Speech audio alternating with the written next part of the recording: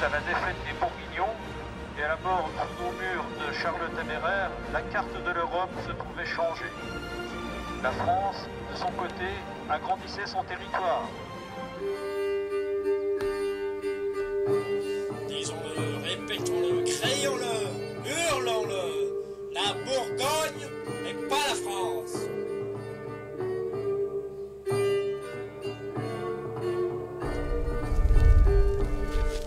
Bonjour, je me présente, Germain Arfeux, fondateur du mouvement de la Bourgogne libre. Nous nous trouvons présents ici, chez moi, bienvenue d'ailleurs, à Semur-en-Auxois, devant la mairie, c'est-à-dire le siège de l'occupation, le commandanteau. Vous pouvez voir ici voler le drapeau français, cette espèce de torchon fade atrocement tricolore. Et vous ne voyez pas un seul drapeau aux couleurs de la Bourgogne. Et si mon sens politique a un combat... Si mon combat politique a un sens, c'est justement voilà, de faire rayonner les couleurs de la Bourgogne ici même, c'est-à-dire chez nous. Et vive la Bourgogne libre!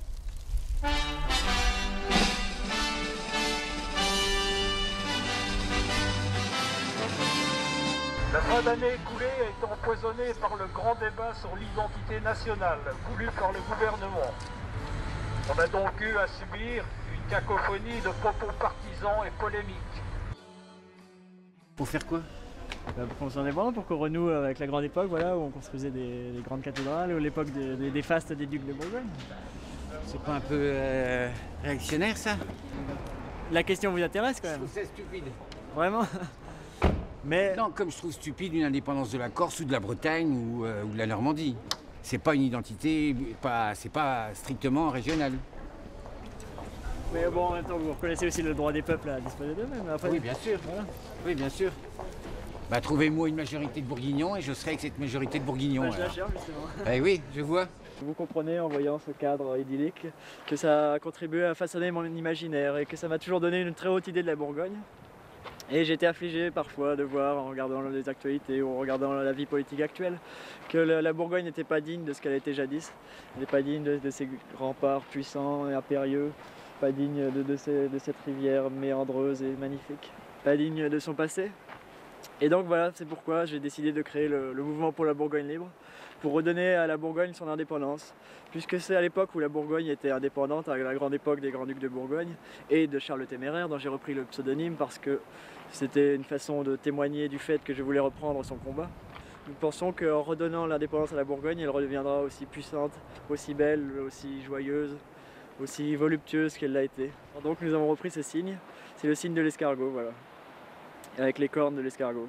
Quand on regarde ces vitraux attentivement, on peut se poser la question, qu'est-ce que la Bourgogne a gagné quand elle est devenue française? On peut voir à quel point elle y a perdu, ne serait-ce que d'un point de vue artistique. Quand on voit cette espèce de laideur épouvantable, ces vitraux exécrables qui sont censés représenter nos ducs de Bourgogne, cette espèce de grand niais aux cheveux crespelés, censé représenter Charles le Téméraire. Donc à droite, cette espèce de face de craie lunatique censée représenter Jean sans peur, et puis là, cette espèce de grande courgette censée être Marguerite de France. Et aujourd'hui, voilà, c'est des pierres fades, mal repeintes, avec des vitraux d'un mauvais goût à gerber.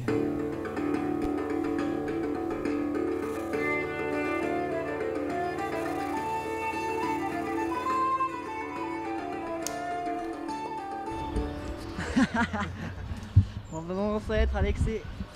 Lui et moi on est copains comme cochons en quelque sorte. Hein. J'aime beaucoup, j'adore parler de lui. Parler de sa bite, la bite de Piron. Un sujet fascinant et trop méconnu malheureusement. Sa particularité, c'est que je pense que c'est le plus bourguignon de tous les poètes. C'est-à-dire que c'est un homme voilà, qui buvait 2 litres de vin par jour, qui était un personnage joyeux, farceur, sarcastique, humoristique. Et ce qui le rend particulièrement bourguignon, c'est qu'il était à l'époque opposé à tout l'esprit français. Son plus grand rival, évidemment, était Voltaire. C'est cette espèce de caricature de tout ce que l'esprit français a de médiocre, et d'ironique, de sarcastique et de plat. Alors que voilà un bon vieux, regardez-le, sourire et rigoler, un bonhomme, voilà, jovial, bourguignon comme on les aime. Et il s'est fait connaître en écrivant à l'époque, dans un bistrot d'ailleurs, parce que c'est là que la poésie se compose véritablement. Il a composé donc une poésie qui s'appelait l'Aude à Priape.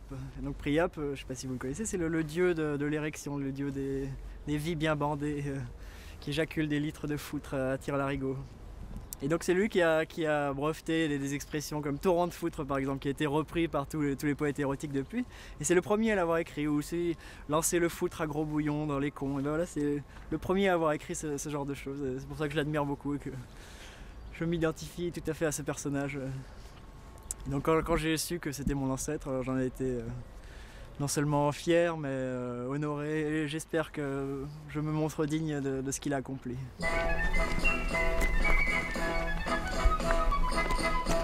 Donc voilà, je vous présente le vignoble de Flavigny. Bon, ce n'est pas le plus réputé de la Bourgogne, mais il a néanmoins une assez longue histoire puisqu'il date de l'époque de Charlemagne. Et c'est pour moi l'occasion voilà, de vous montrer la richesse du terroir bourguignon. C'est-à-dire sa principale production, c'est qui fait que la Bourgogne est la Bourgogne, c'est-à-dire le vin. Parce qu'ici, ça n'a l'air de rien, ça n'a l'air que de quelques plantes dans un champ.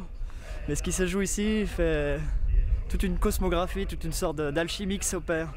Ça vient du ciel d'abord, c'est le soleil qui vient caresser les plantes, et puis c'est arrosé par la sueur du vigneron. Ensuite le raisin pousse, et ça donne accès au vin, qui redonne accès à l'homme au soleil. C'est-à-dire que ça part du ciel, et grâce à ça l'homme peut à nouveau accéder au ciel, peut toucher l'infini du doigt. Parce que l'ivresse en quelque sorte, voilà, c'est l'infini dans un goulot. L'eau minérale, on adore le monoxyde de dihydrogène, on pourra en boire, le dihydrogène j'adore ça, et l'oxygène j'en respire à droite à gauche. Et on en a marre de l'alcool, ce qu'on veut c'est de l'eau minérale. Le mélange avec le vin c'est un sacrilège. Ça devrait même être condamné par la peine capitale, je pense que ça devrait être une des premières lois qu'on devrait éditer. Le premier gougnafier qui se risquerait à mettre un petit peu d'eau ou même de bière dans son vin, il faudrait le fusiller immédiatement ou l'exiler en dehors de la Bourgogne. Le destin de la Bourgogne est d'être indépendante. La Bourgogne existait avant la France et elle existera après elle. Toute son histoire ne fut qu'une longue lutte pour la liberté. La Bourgogne a toujours refusé la soumission. À présent, c'est à notre génération qu'il appartient d'achever ce combat, de boucler la boucle et enfin de faire de la Bourgogne ce qu'elle a toujours souhaité être, un État libre et indépendant. Merci. Merci beaucoup. Bonjour, vous avez un petit pack pour la Bourgogne, un autocollant? J'étais agréablement surpris par l'accueil qu'on a reçu. La plupart des gens disent « Ah, la Bourgogne, ouais, c'est très intéressant ». T'as toujours ton projet d'assassinat de François Patrie, c'est mis de côté. Des actions clandestines, secrètes. De toute façon, on pourra toujours trouver des alliés. Par exemple, la Russie, tu vois, qui n'a pas supporté le fait que le Kosovo soit devenu indépendant. Je pense qu'il sera tout à fait prêt à planter une épine dans le pied de l'Occident et prêt à nous soutenir militairement. Il s'est toujours montré un petit peu indépendant comme ça, lui, toujours un petit peu original. Bon, quand il était tout petit, c'était bon, moi tout seul, hein, il ne voulait jamais qu'on s'occupe de lui. Germain fait ses études ici à Semur, au collège, puis au lycée. Et arrivé en première, bon, il a perdu son père à cette époque-là. Et donc, je l'avais mis au lycée à Dijon, au Castel. Il est assez attaché aux choses comme ça. Même je vois dans la maison, il n'aime pas trop qu'on change ou qu'on... Voilà. Il aime bien ce qui est ancien, ce qui est bon, un peu traditionnel. Voilà. Quand il a créé son blog, là, Indépendance de la Bourgogne, je trouvais que c'était un peu... ça faisait un petit peu potache, quoi. Je me disais quand même, c'est pas très sérieux, ton affaire et tout ça. Ouais, je suis François Arfeux, le frère de Germain. Au début, je pensais que c'était un peu une espèce de parodie de mouvement politique. Je trouve que c'est rigolo, mais sinon, il est un peu tout seul, de toute façon, il va pas faire grand-chose. Par exemple, à chaque fois qu'il veut se présenter pour une élection, il n'y a jamais assez de monde sur la liste, il peut jamais rien faire.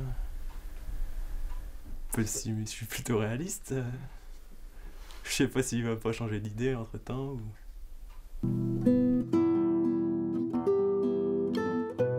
Point n'est besoin d'espérer pour entreprendre et point n'est besoin de réussir pour persévérer.